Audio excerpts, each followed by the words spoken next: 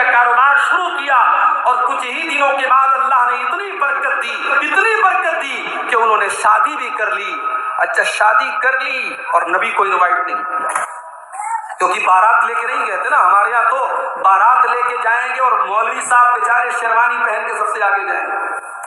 مولوی صاحب کو اگر آپ بارات میں نہیں لے کے گئے تو مولوی صاحب اگلے دن خطبے میں آپ کو ڈانٹ دیں گے، اس کمبخت نے مجھے اپنے بارات میں نہیں بلایا. وہاں شادی ہو گئی عبد الرحمن ابن عوف کی، نبی کو پتا بھی نہیں. اچھا اس زمانے میں جب شادی ہوتی تھی تو عورتیں خوشبو لگاتی تھی، وہ پیلے رنگ کی خوشبو ہوتی تھی. جب کوئی شادی کرتا تھا اور بیوی سے ملاقات کرتا تھا تو کپڑے پر وہ پیلے رنگ کی خوشبو لگ جاتی تھی. آپ کے یہاں بھی ہلدی کی رسم ہوتی ہے نا؟ ہوتی ہے کہ نہیں ہوتی؟ مجھے تو بتایا بڑے دھوم دھام سے ہوتی ہے بھائی صاحب. مجھے بتانے والوں نے بتایا ہے کہ ہلدی کی رسم ہوتی ہے تو تمام لڑکیاں گھر کی جو ہے وہ پیلا کپڑا پہنتی. ابھی میں انٹرنیٹ پر سرچ کر رہا تھا کہ یہ بھارت میں وواہ میں ہلدی کی پرمپرا کیوں ہے. میں نے گوگل پہ بس اتنا ٹائپ کیا کہ بھارتیہ وواہ میں ہلدی کی پرمپرا کیوں ہے، تو گوگل کے اندر سے جواب نکل کر کے سامنے آیا کہ بھارت کی پرمپرا میں ہلدی کو یہ اچھے مقدر کا پرتیک مانا گیا ہے، اور یہ مانا گیا ہے کہ اگر آپ کو نظر لگنے والی ہوگی تو ہلدی کی وجہ سے نہیں لگے گی. یعنی اس کے ساتھ ایک عقیدہ جڑا ہے. ہلدی ایسے ہی نہیں لگائی جاتی ہے، ہلدی کے ساتھ ایک عقیدہ جڑا ہے. اور ہندو مذہب کی کتابوں میں یہ لکھا ہے کہ ہلدی لگانے سے اگر آپ کے گھر میں کوئی نحوست آنے والی ہے تو وہ نہیں آئے گی. میرے بھائیوں، ہمارا مسلمان آج ہلدی لگا رہا ہے، ہلدی کی رسم ہو رہی ہے اور باقاعدہ تمام لڑکیاں گھر کی وہ پیلا کپڑا پہن رہی ہیں. بھئی ٹھیک ہے، ایک جڑی بوٹی اور ایک مسالے کے طور پر کوئی اگر اپنے بدن پہ ہلدی لگاتا ہے، ایک اینٹی سیپٹک چیز ہے، بدن کی توچا کو نکھارنے کا کام کرتی ہے، وہاں تک تو ٹھیک ہے. مگر آپ نے ایک رسم بنا لیا، باقاعدہ ہلدی کے نام سے پورا ایک فنکشن ہو رہا ہے، تمام لڑکیاں پیلا کپڑا پہن رہی ہیں. اس کا مطلب کہ آپ دوسری قوموں کے طریقے کو اپنا رہے ہیں، ان کے کلچر کو اپنا رہے ہیں، ان کی پرمپرا کو اپنا رہے ہیں. اور اللہ کے پیارے نبی کی حدیث کان کھول کر کے سن لو، من تشبہ بقوم فہو منہم، جو کسی قوم کی نقل کرتا ہے وہ انہی میں سے رہے گا. ٹھیک ہے، ہم ہلدی کی رسم منا رہے ہیں، کوئی بات نہیں. کل قیامت کے دن اللہ تعالیٰ ہمیں انہی لوگوں کے ساتھ اٹھائے گا جو دنیا میں ہلدی کی رسم مناتے تھے اور جو غیر اللہ کے آگے سجدہ کرتے تھے اور غیر اللہ کی عبادت کرتے تھے. اللہ نہ کرے ہمارا حشر ان کے ساتھ. پیلے رنگ کی خوشبو لگی تھی. نبی اکرم کی نظر پڑ گئی. نبی اکرم نے پوچھا کہ عبد الرحمن کیا تم نے شادی کی ہے؟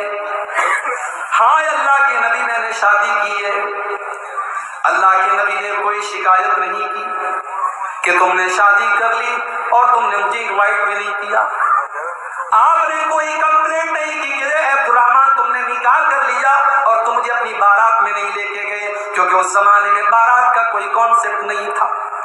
یہ بارات کا لفظ تو ہمارے بھارت میں آیا ہے، یہ ور سے بنا ہے، یہ بر سے بارات بنا ہے. یہ لڑکے والے جب 100-200 لوگوں کی تعداد کو لے کر کے آتے ہیں تاکہ لڑکی کے باپ کو اور اس کے سینے پر بوجھ ڈال دے، اس مقصد کے تحت وہ بارات لے کے آتے ہیں. اچھا باراتیوں کے بھی بڑے نخرے ہوتے ہیں.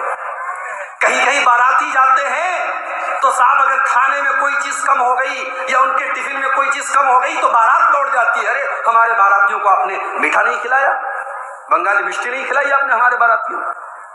چھوٹی چھوٹی باتوں پر بارات لوٹ جاتی ہے.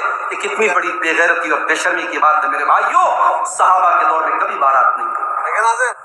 اور میری بات کان کھول کے سن لو، میں اپنے نوجوانوں سے کہنا چاہوں گا کہ یہ بارات اور جہیز تقریر سے ختم نہیں ہوگی. یہ بارات اور جہیز ختم ہوگی جب لڑکا اپنے ماں باپ سے پورے کانفیڈنس کے ساتھ کہے گا کہ میری شادی ہوگی تو میں سنت طریقے سے 4-5 لوگ ہم جائیں گے اور لڑکی کو ودا لے کے آئیں گے. ہم کوئی بارات لے کے نہیں جائیں گے اور کوئی جہیز نہیں لیں گے. جب لڑکا یہ گٹس اپنے اندر پیدا کرے گا.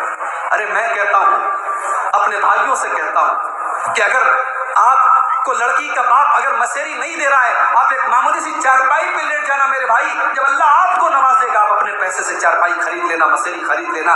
کیا ضرورت ہے کہ آپ اپنے سسر کے پیسے سے مسیری لیں، سسر کی بائک پر آپ سواری کریں. آپ اپنے قوت بازو پر کھڑے ہو کر کے دکھائیں، انشاءاللہ اس میں برکت پیدا ہو.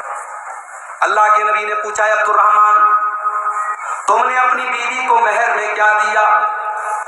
غور کرو، آج لڑکے سے سوال کیا جاتا ہے کہ تجھے جہیز میں کیا ملا. نبی اکرم تو سوال کر رہے ہیں تو نے اپنی بیوی کو کیا دیا؟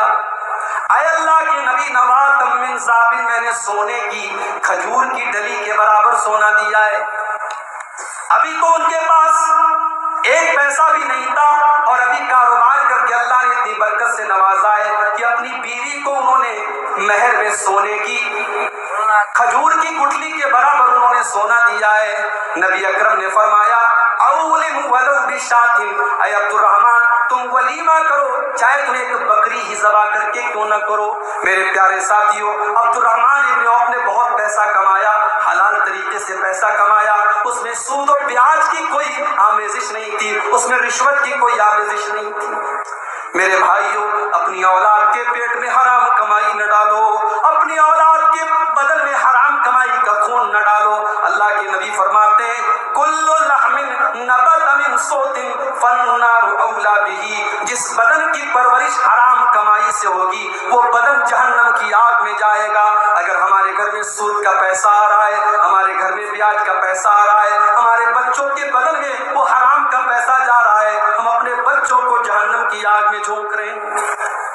میرے پیارے ساتھیوں، اللہ کے نبی فرماتے ہیں، صحیح مسلم کی روایت ہے، لعن اللہ آکل الربا وموکلہ، اللہ کی لعنت ہو سود کھانے والے پر، اللہ کی لعنت ہو سود کھلانے والے پر، اللہ کی لعنت ہو سود کی گواہی دینے والے پر، اور اللہ کی لعنت ہو سود لکھنے والے پر۔ قرآن کہتا ہے اے سود کھانے والوں، اگر تم نے سود کا لین دین بند نہیں کیا فَأَذَنُوا بِحَرْبٍ مِّنَ اللَّهِ، تو تم اللہ سے جنگ کرنے کے لیے تیار ہو جاؤ، تم اس کے رسول سے جنگ کرنے کے لیے تیار ہو جاؤ۔ تو اب میں پھر سے لوٹ رہا ہوں اس آیت کی طرف، سورہ بقرہ کی دوسرے پارے کی آیت، یا ایھا الذین آمنوا ادخلوا فی السلم کافہ، اے ایمان والو اسلام میں پورے کے پورے داخل ہو جاؤ۔